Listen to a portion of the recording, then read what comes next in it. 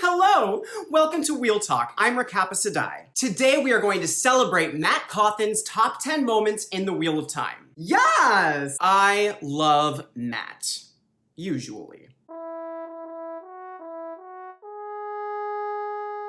So to prepare for this video, I polled everyone online and I asked for everyone's favorite Matt moments. And I thought, oh, this is great. I'll use this to rank Matt's top moments. But then I thought, nah, I'm gonna use the Recappa meter. For those of you who haven't watched my top 10 Egwene video, how dare you, by the way, go watch it after this. The Recappa meter is a completely objective scale based on my emotions from 1 to 10. So let's say I'm reading the Wheel of Time and I'm like, oh my God, are we still talking about Massimo? Why is this character even here? That would be like a 1. But let's say I'm reading the Wheel of Time and it's so good I freak out and I slap Tivana and then I throw her out a window. That would be like a 5. And if I'm reading the Wheel of Time and it's so good that I actually black out, that's a 10. Sometimes I'll just wake up on the floor in a pile of Wheel of Time books and I'm like, oh my God, what happened last night? Some good books. Enough nonsense, let's get started. MATRIM Cauthon's top 10 moments. In 10th place, Matt bows to Egwene and his men follow suit. Now I'm sure some of you are thinking, oh, but Recappa, you love Egwene, you're biased. Yeah, duh. But putting aside my love for Egwene, this is a great moment for Matt. He saw Egwene coming out of the village with 24 or more Aes Sedai. They were all talking among themselves, ignoring the woman they had named Amerlin. Egwene might as well have been alone. She looked alone. Knowing her, she was trying very hard to be what they had named her. And they let her walk alone, with everybody watching. To the pit of doom with them if they think they can treat a Two Rivers woman that way. Yes, striding to meet Egwene, he swept off his hat and bowed. Good morning, mother, and the light shine on you, he said, loud enough to be heard in the village. Kneeling, he seized her right hand and kissed her great serpent ring. A quick glare and a grimace directed at Talmanas and the others had them all scrambling to kneel and call out, the light illumine you, mother. Egwene looked startled at first. Thank you, Matt. I love this because Matt is not into ceremony or showing deference. It's a thing with him. He does not like treating people like royalty, and he does not like people treating him like royalty. It annoys him. But he does it here because these Aes Sedai bitches have the nerve to disrespect a woman from the Two Rivers. Hell no. I love that. On the Recappa meter from 1 to 10, this is a 10. First time I read that, I woke up on the floor, there was broken glass and wine everywhere. I had a huge headache, and I just thought, oh my God, this is a powerful book. Anyway, coming in at number 9, Matt kills Couladin. I did ask myself, can I put this on the list when we don't really see it happen? And then I thought, hell yes I can. Couladin sucks. This has to go on the list. The way this goes down is also really funny. Matt just wants to get away from the Shido and the fighting, but he accidentally ends up in charge of the Tyran and Kyrianan soldiers. And he keeps accidentally running into fights, and he keeps accidentally winning. And everyone's like, oh my God, Matt, you're so good at this. And Matt's like, F this fight. I don't want to be here. Then we cut to after the battle. We're in the soldier camp and folks are singing Jack of the Shadows. They're all calling Matt a hero, and Matt wants no part of it. Matt looked at what he had been avoiding and shivered. Couladin's head atop the 10-foot pole, near where the Aielmen were dancing. The thing seemed to be grinning at him. Couladin had appeared as if springing out of air, shouting for Rand to show himself, shouting that he was the true Kara Karn. Maybe he really believed it by then. Matt still did not know whether Couladin had recognized him, but it had made no difference. Not when the fellow decided to carve a hole through him to find Rand. He did not know who had cut off Couladin's head afterward, either. Matt may not be thrilled about what went down, but I sure as hell am. That guy sucked. Someone had to do it. Good job, Matt. On the Recappa meter, this is an 11.5. Coming in at number 8.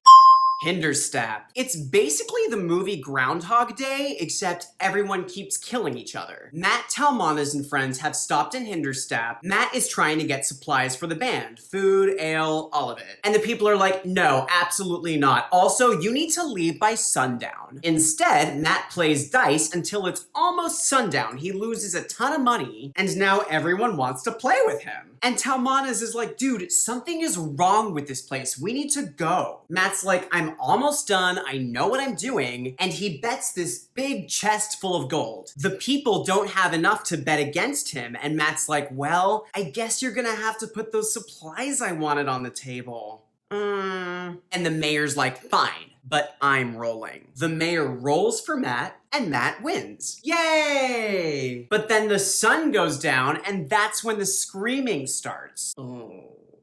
Burn you, Matt, Talmanas said. Talmanas almost never swore. Everyone is trying to kill them. Everyone's trying to kill each other. They spoke only in grunts, hisses, and screams. Spooky. Delarn's horse suddenly pulled to a halt, throwing Delarn from his saddle. Matt, Talmanas yelled, charging past. Keep going, we can't stop. He took a deep breath and ignored Talmanas. They make their way to the inn to find the others, and as Matt goes inside, we get this. I wasn't going to leave a man to that. Dying on the battlefield is one thing, but to die out there in that darkness, I wasn't going to let it happen. Then Matt goes inside, and Jolene almost kills him with a fireball, which is kind of fun. Anyway, Matt does a good job in Hinder Stabbed, even though it's kind of his fault it all went down in the first place. On the Recappa meter from 1 to 10, I give this a 13. Coming in at number 7. Matt saves Elaine from the Golem in Abu Dharr. This is a great scene. Matt's with Elaine and Nynaeve. They're looking for the Bowl of the Winds, and they've just gone into the 6-story house that they saw in Teleron Riyadh. They run into Phalion and Ispan and a bunch of Dark Friend soldiers, which is not good. In the midst of shouts and grunts, a shrill scream echoed down the stairs. So Matt runs upstairs. The last woman on her feet fled toward Matt as soon as she saw him. Help me! And a man caught her from behind. He took Janira's head between his hands and twisted sharply. The man made a Murdral seem stiff, right hand shooting out to seize Nalesian's throat. His hand came away with a liquid, ripping sound. Matt pushed frantically, and the medallion fell against the man's cheek. The man screamed. Then Matt sees Elaine move. You can't bloody have her! He started forward, keeping the medallion spinning. The first step was the hardest, but he had a promise to keep. Brand livid on his face, the fellow backed away, and suddenly he darted to one side. And the Golem gets away. The Golem knows how to make an entrance. From the first time we meet him, it's like, okay, this thing's gonna be a problem. So when Matt scares him off, it's super satisfying. On the Recappa meter from 1 to 10, this scores a 15. Yeah, it's 15. In 6th place, Matt and friends rescue 2 Aes Sedai from the Shanchan and escape Abu Dharr. Matt gets Egwene, or Lylwyn Shipless, or whatever the hell you want to call her, to blackmail Rena and Sita into smuggling Teslin and Edicina out of the palace. Yes, I got that right. Crushing it. Meanwhile, Matt frees a Windfinder from the Adom, runs into Tylin, who has Matt tie her up. I'm not gonna get into that. Tylin and Matt is a whole other video. I'm just not gonna go there today. He runs into Tuon. So you are intending to leave. I cannot allow that, Toy. She writhed away from his grip, punching with folded knuckles, chopping her hands like axe blades. Her slim, white-stockinged leg flashed out at him in a kick that passed over his head as she was suddenly hoisted into the air. Then Egwene shows up with Rena and Sita and the Aes Sedai, and she's like, oh, light. It's death by slow torture to lay hands on the daughter of the 9 moons. And Matt says, she is my wife. And Egwene is like, no, you cannot say that. You must not say that. Oh my god, she is my wife. Your bloody daughter of the 9 moons is my wife. But she's not his wife yet, and it is kind of weird that he keeps saying it. Point is, the escape from Abu Dharr was a full-on heist, and Matt pulls it off. On the Recappa meter from 1 to 10, this is a 26. Coming in at number 5... Matt rescues Egwene, Elaine, and Nynaeve from the Stone of Tyr. Classic. Matt makes his way to an arrow slit in the wall of the stone, and he stuffs a bundle of fireworks into it. The roar behind him was louder than anything he had ever heard in his life, and there's a hole blasted into the wall. Matt goes inside and immediately starts taking down defenders of the stone. Matt and Julian fight their way towards the cells. Matt faces off with Darlin, and he's like, oh sh**. This guy's actually really good. I think I will have the pair of you hung by the heels and watch while the skin is stripped from your bodies. I do not think I'd like that, Matt said. The end of the staff Darlin had been expecting at his head dipped instead to sweep his legs out from under him. The other end did strike at his head then, a sharp crack that rolled his eyes back up in his head. Nice. They get to the cells. Matt unlocks the door to free Elaine, Egwene, and Nynaeve. MATRIM Cauthon, Nynaeve said, sounding shocked. What under the light are you doing here? I came to bloody rescue you, he said. Burn me if I expected to be greeted as if I had come to steal a pie. Thankfully, this gets addressed later, but the three women are so rude to Matt when he saves them. For no reason. It really is like, what the hell, ladies? But for Matt, great moment. On the Recappa meter from 1 to 10, this is a 34. Cool, moving on. In 4th place, Matt kicks Gowan and Galad's asses with his quarterstaff. Yes! Now, I might be a little biased about this because Gowan and Galad get on my nerves. Every time one of them talks, I'm just like, why are you here? I have officially had too much wine, so I'm switching to tea. Where was I? I will bet you some serious cash that I could take you both on with my quarterstaff. Gowan and Galad are like, no, we are not gonna take your money. But Hamar, the warder who's training them, is like, I'll match your bet. I wanna see this. Matt let the staff bounce off Galad and spun, carrying it on around just as Gowan came within range. The staff dipped, darted under Gowan's practiced sword, and clipped his ankle out from under him. Matt completed the spin in time to catch Galad across his upraised wrist, sending his practice sword flying. Matt half turned. Gowan, just starting to rise, took the blow on the side of his head with a loud thump, went down in a heap. Yes. The quarterstaff flickered past Galad's sword and in quick succession struck knee, wrist, and ribs, and finally thrust into Galad's stomach like a spear. With a groan, Galad folded over, fighting not to fall. The staff quivered in Matt's hands on the point of a final crushing thrust to the throat. Galad sank to the ground. The warder raised his voice to shout. Who was the greatest blade master of all time? Jerome, Gaidin. Yes, Hamar shouted. Jerome fought over 10,000 times. He was defeated once by a farmer with a quarterstaff. Remember that. Yes!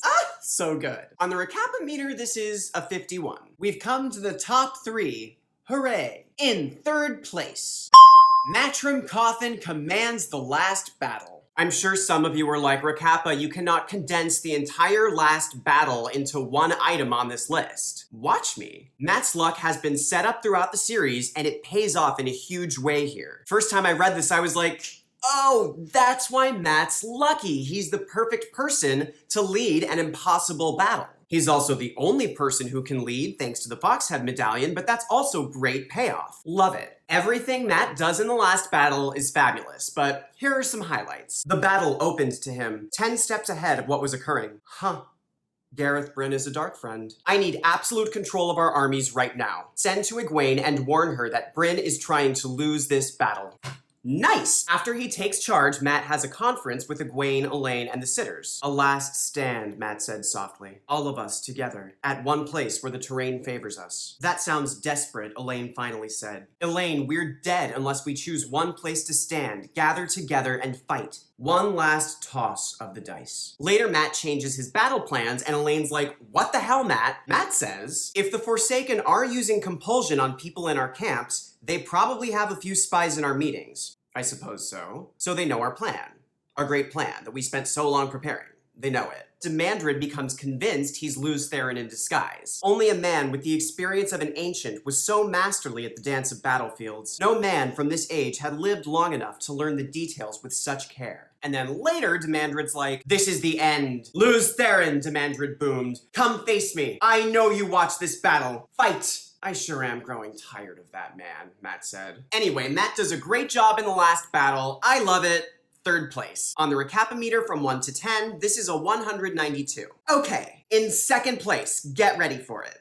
Matt kicks the Golem into the skimming void and gets rid of it for good. Yes, it's so good. You might be like, Recappa, we all love that part, but you can't put that above the last battle. Watch me. This part is amazing. You think to ambush me with your men who squish and rip? Matt became a swirling cyclone of steel and wood, yelling as he attacked. They have this epic fight. Matt takes out Elaine's 2 medallion copies, uses those to burn the Golem. The Golem's not happy. How? It demanded. How? Guess I just got lucky. Matt forced the creature toward an open doorway. Karai Man Shemaya Tylan. Karai An Man Shemaya Nalesian. Karai An Man Shemaya Ayendan. Honor of my blade for Tylan. Honor of my blade for Nalesian. Honor of my blade for the fallen. Matt leapt through the doorway with a final burst of strength and slammed the smoldering butt of his Ashandare into the side of the creature's head. The creature cursed and stumbled to the right. It nearly stepped off the edge of a platform hanging above an expansive void. The gateway made for skimming. I don't know if you can die, Matt said softly. I hope to the light that you can't. He raised a boot and slammed it into the thing's back. It fell, twisting in the air, looking up at him with a horror. I hope you can't die, Matt said, because I'm going to enjoy the thought of you falling through that blackness forever. Bye. So good. The more Matt encounters the Golem, the more this thing just seems to be unkillable, until eventually Matt's like, you know what? I'm gonna work with that. Brilliant. Any creative use of gateways, I live for it.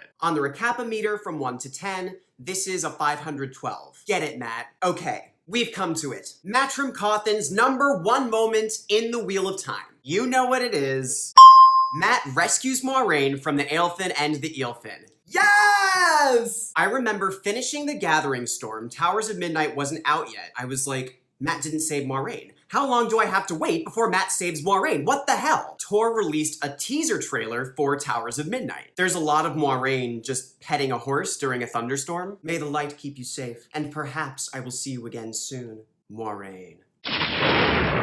So when Towers of Midnight came out, my expectations were super high because there had been all this build up. Towers of Midnight did not disappoint. Oh my god, this sequence is fabulous. Matt, Tom, and Noel enter the Tower of Genji. They fend off the Eelfin and they reach Moiraine in the Chamber of Bonds. Those bloody foxes. How dare they keep her like this? Tom pulls Moiraine out of the mist, he burns his hands, doesn't care, and then the Eelfin show up. The bargain has been arranged. A sacrifice. Matt makes his demands. He wants the way out restored, he wants the Eelfin to leave them alone, and he wants to leave with Moiraine. The price has been set. They had warned him of a payment to come, and he would have to pay it. The fate of the world itself depended on this moment. I'll pay it, Matt announced. Half the light of the world to save the world. And then the Eelfin rip out Matt's eye, and Matt screams. He's like, this hurts even more than getting your eye ripped out is supposed to hurt. Matt and friends try to leave, and then realize Matt forgot to include the Eelfin in his bargain. So then the Eelfin start chasing them, and then we get this gorgeous moment where Noel sacrifices himself. Matt, Noel called, if you ever meet a Malkieri, you tell him Jane Farstrider died clean. I will, Jane. May the light hold you. Matt and Tom make it to the room with the red ter'angreal doorway, and it's been shattered. Moiraine stirs in Tom's arms, and Tom's like, rest, Moiraine. We'll be out of here in 2 strums of a harp. Those things are about to rip us apart limb from limb. Shh, go back to sleep. Shh. And just before the Eelfin reach them, Matt realizes, I asked for a way out, and they gave me this. Matt spun the Ashandare and thrust it into the wall, cutting out a large inverse triangle of light. Get her out! Tom leapt into the doorway and vanished. Matt smiled, laying into legs, arms, heads. The creatures became a squirming mass of sinuous arms and legs. Matt stepped back and tipped his hat to the creatures. Looks like this game can be won after all. Tell the foxes I'm mighty pleased with this key they gave me. Also, you can all go rot in a flaming pit of fire and ashes, you unwashed lumps on a pig's backside. Have a grand bloody day. He held his hat and leapt through the opening. All flashed white. Yes! Yes! Yes! MATRIM Cauthon at his best. On the Recappa meter 1 to 10, this is a 764. I live for it. And then it turns out we didn't really need Moiraine that badly for the last battle. There are a lot of Aes Sedai who could have done what she did, but who cares? Half the light of the world to just save Moiraine. Still worth it. This was fun, yay Matt! Obviously the Recappa meter is 100% accurate, but How do you feel about this list? How do you feel about the rankings? Did I miss anything? Let me know your thoughts. That's it for this week. Thank you for watching. If you can, like the video, subscribe. It helps Wheel Talk. I appreciate it. Until next week, walk in the light and keep it wheel. I'm so disappointed because I had an eye patch and I just forgot to use it.